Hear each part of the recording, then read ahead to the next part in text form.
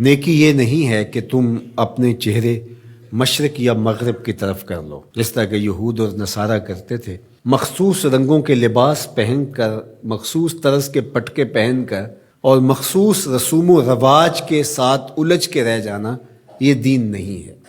لیس البر، یہ نیکی نہیں ہے، ان تولو، کہ تم پھیر لو، وجوہکم، اپنے چہروں کو، قبل المشرق والمغرب، مشرق اور مغرب کی طرف، ولیکن البر من آمن باللہ، نیکی کیا ہے کہ کوئی اللہ پر ایمان لائے، اس کا دل اپنے رب کو مانے۔ تو نیکی کی حقیقت یہ ہے کہ آپ اپنے رب کے ہو جائیں۔ جب رب کے ہو جائیں گے تو پھر اس کے دیے ہوئے نظام کو آپ من و عن تسلیم کریں گے۔ اٹھنے بیٹھنے سے لے کر انداز معاشرت تک، امور سیاست سے لے کر طرز حیات تک، کاروبار سے لے کر نجی زندگی تک، آپ کی زندگی کا ایک گوشہ اپنے رب کے دیے ہوئے نظام کی مطابقت میں ہوگا۔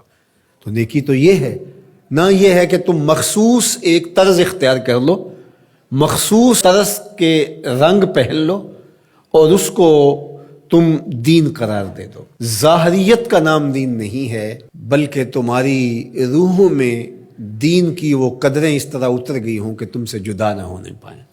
یہاں یہ بات بھی ذہن نشین رہے کہ جو ہمارے اعتقادات ہوتے ہیں ان کا ہمارے عمل پر، رویے پر، طرز زندگی پر ضرور اثر ہوتا ہے۔ عقیدہ ہمارے عمل کی بنیاد ہوتا ہے۔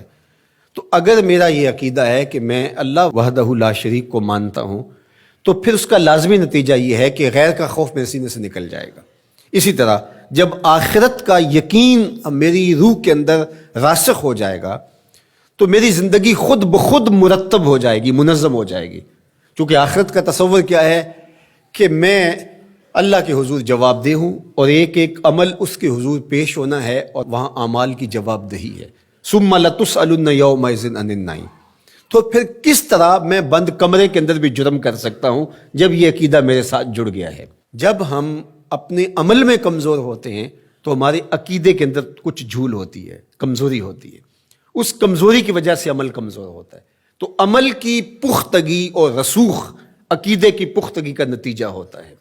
تو اس لیے سب سے پہلے جو چیزیں بیان فرمائی ان کا تعلق جڑا تھا عقائد سے۔ اب دوسری بات جو بر کی تشریح کرتے ہوئے ارشاد فرمایا، وآت المال علی حبہ ذوی القربى والیتامى والمساکین وابن السبیل والسائلین وفی الرقاب، اور مال کو خرچ کرنا علی حبہ، اس کی محبت کے باوصف۔ مال کی اگر محبت یا ضرورت نہیں ہے تو پھر اس کو خرچ کر دینا، صرف کر دینا، یہ کمال نہیں ہوتا۔ کمال اس وقت ہے جب اس کی شدید احتیاج آپ کو بھی موجود ہو۔ اس لیے صحت مند آدمی جو جوان بھی ہو اور اس کو ضرورت بھی ہو، اس کا صدقہ کرنا، اس کے صدقے کرنے سے بہتر ہے جو مخمسے کے عالم کے اندر جب موت و حیات کی کشمکش ہو تو وہ صدقہ کر دے، اپنا مال خیرات کر دے۔ عمومی طور پہ ایک مخفی دولت کی محبت جو ہمارے سینوں میں ایک حد تک موجود ہوتی ہے، اور وہ یہ ہے کہ جب اللہ ہمیں مال دیتا ہے تو بعض اوقات کچھ لوگ کہتے ہیں کہ ابھی میں اس مال کو بڑھاتا چلا جاؤں گا اور اپنی ساری ضروریات بھی پورا کرتا چلا جاؤں گا اور بہت حجم ہو جائے گا تو پھر اس سے کوئی بڑا کام کروں گا۔